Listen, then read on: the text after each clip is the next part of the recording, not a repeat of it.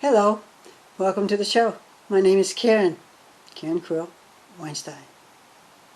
I'm running for President of the United States. Yes, I know they're going to have the convention and they're going to have all these ads put out there and selling themselves as the best president that they can be. Well, I don't have that kind of money to do that. I'm doing it simply through YouTube. A little bit of advertising I will do. But I will be there as president to resolve all happenings that are being done bad to us, all of us. So I'm here representing the people to make our country and ourselves the best we can be. Find me on my website, KarenWeinsteinForPresident.com. And make sure you spell my name right, Karynnen. Thank you. I want to be there for you. Write my name on the ballot on November 3rd. I want to talk about something that happened on Saturday. It's very spiritual, and I thought we need a spiritual, uplifting thought and ideas to be conveyed to you. Well, I have a friend, and I've known her since our childhood. Where we grew up, she lived right next door to me, in our neighborhood. We didn't keep touch much during those times. She did her thing, I did my thing. But now in older age, she lost both her parents, and things are going very good for her. She lost her parents, almost one right after the other. And she always lived with her parents in the house, and she took care of her parents. Made sure they were fed and kept warm, and made sure the place was clean. And she lived with her parents for most of her life. And after they died, she had to move out of the house and find a place to live.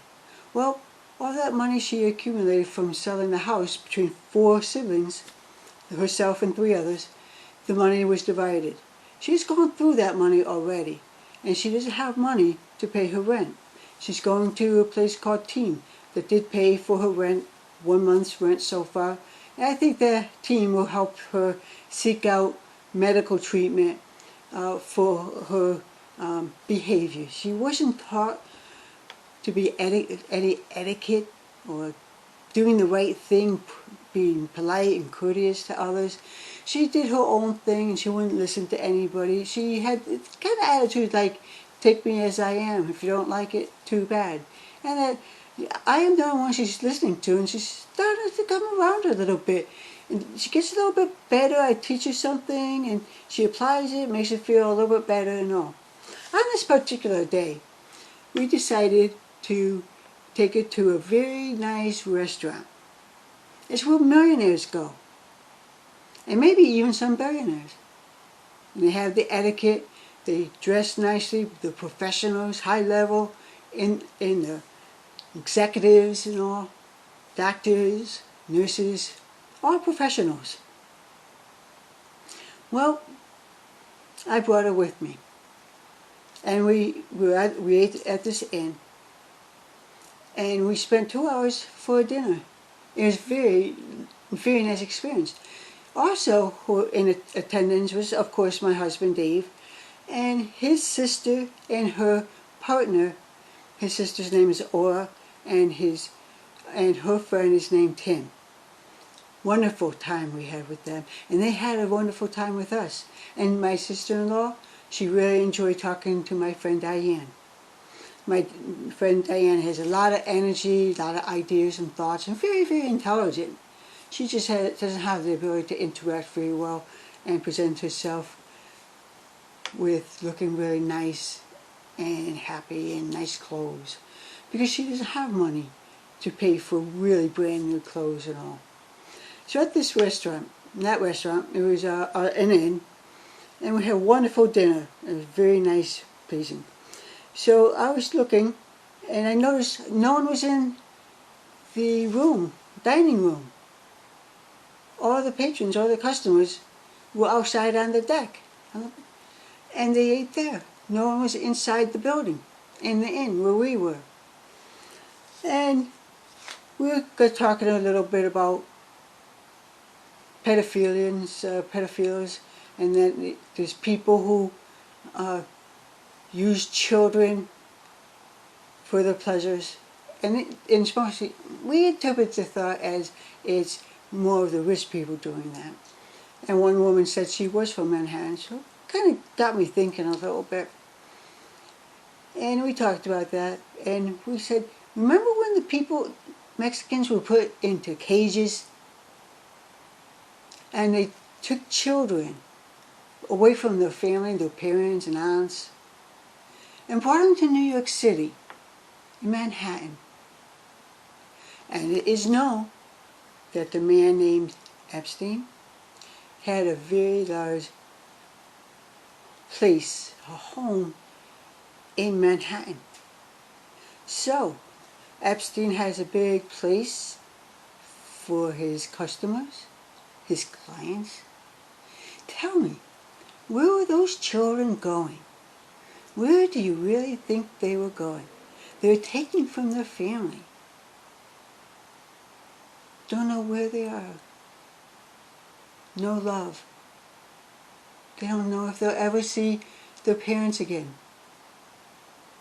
I suspect these children, not just them, but other children had arrived at intervals of time. And could they have been going to where Epstein is? Makes you think. Makes you wonder.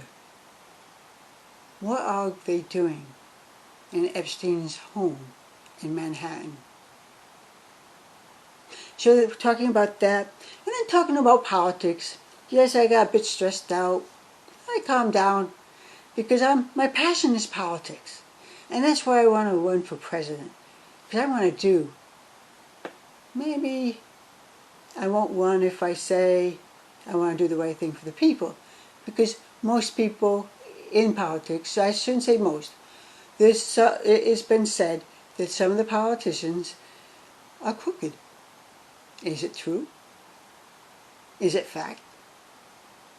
Or is it fake news? Fake information? I think you could come up with your own thoughts on the behavior of all of our politicians. And that's why I'm running for president. One of the first things I do is take those people out of cages and reunite them to their family. The other thing I'm going to do is contact the leader of China. Because right now, that country will decide our fate and their fate on November 3rd about who is re-elected or who is newly voted in. Do you want truth, honesty, goodness, caring, loving? I know it doesn't sound possible, but maybe I could be powerful enough and strong enough to stand up to such criticism. So on that day with my Diane, said goodbye to my sister-in-law and her partner, and I was standing there looking at admiring the building with all the lights and the people. The people on the patio, on the deck, wouldn't look at me. I'm trying to figure out why not. And you know what? Diane was across the street by the car. She's got not nice clothing. She had a pigtail coming off the side of the head. No etiquette. And yelled to me, Karen, come on, we gotta go. Across the street. Everyone could hear her. And I'm looking at the people and just want to take everything in with the experience of having dinner there. And she would shout out loud, come on, Karen, we have to go. Well, I don't know how the people on the deck didn't burst out in laughter. Because I turned around and finally saw the truth, the reality, that Diane just doesn't fit in with these people. And they don't want her to come back or have any other person like her come to the restaurant they're in. But then afterwards, a couple of days, they said I was welcome to come back. And and one of the things when we were talking about pedophilia, we're not going to go easy on them, no matter who they are. I think they'll have to suffer some prison time for the wrongdoings. Touching our little children, our innocent children. And we, at the table, said, we're going to end that. We're going to stop that.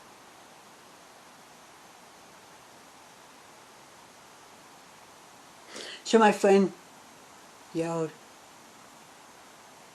did the people sit out on the deck so that they weren't inside, so that we don't interact with one another to prevent coronavirus from affecting us? They might have just sat outside and let us alone inside so we don't contract the virus, COVID-19. So I got a chance to really look at Diane and see her behavior. And she's a woman that never went on vacation. She always had no money. And I don't understand why. So I got to see truth. I got to see how rich people look and respond to people who are less than they. I brought them there so they could see how to treat a person in that way. And that I gave this woman a chance to go for a $50 dinner plate for each. And I paid for it. And it was for, and she had it, before she went on the line with her siblings, and they were envied her for going to such a place. And we took pictures, and the next day, she was actually invited to a family gathering, which they haven't done that in a long time, about a year, because of her vulgar language and attitude and impatience. But they took her in and allowed her to attend a gathering the next day, which was Sunday. So she had something to talk about. It really made her feel really good that I invited her to this inn and joined us with such a meal, which she had never experienced in her life. Now I see how people are average person, and I see how the people so-called rich look upon us. And they are probably the ones who put the people in that state of being. Well, I am here for the people, the average person, who makes low income, can't make ends meet, lost their job. I'm here to help you. That's the majority of the population. They are poor. God is the shepherd, and I am his vessel. I am here to help you people, so vote for me, so I could take you out of poverty or below poverty, so that you could live a life and not just exist. Vote for me, average people. I learned a lot that day, and now I know my mission and my objections, my desire, and desire to help them live a better life. Like I said, God is my shepherd, and I am his vessel. Thank you.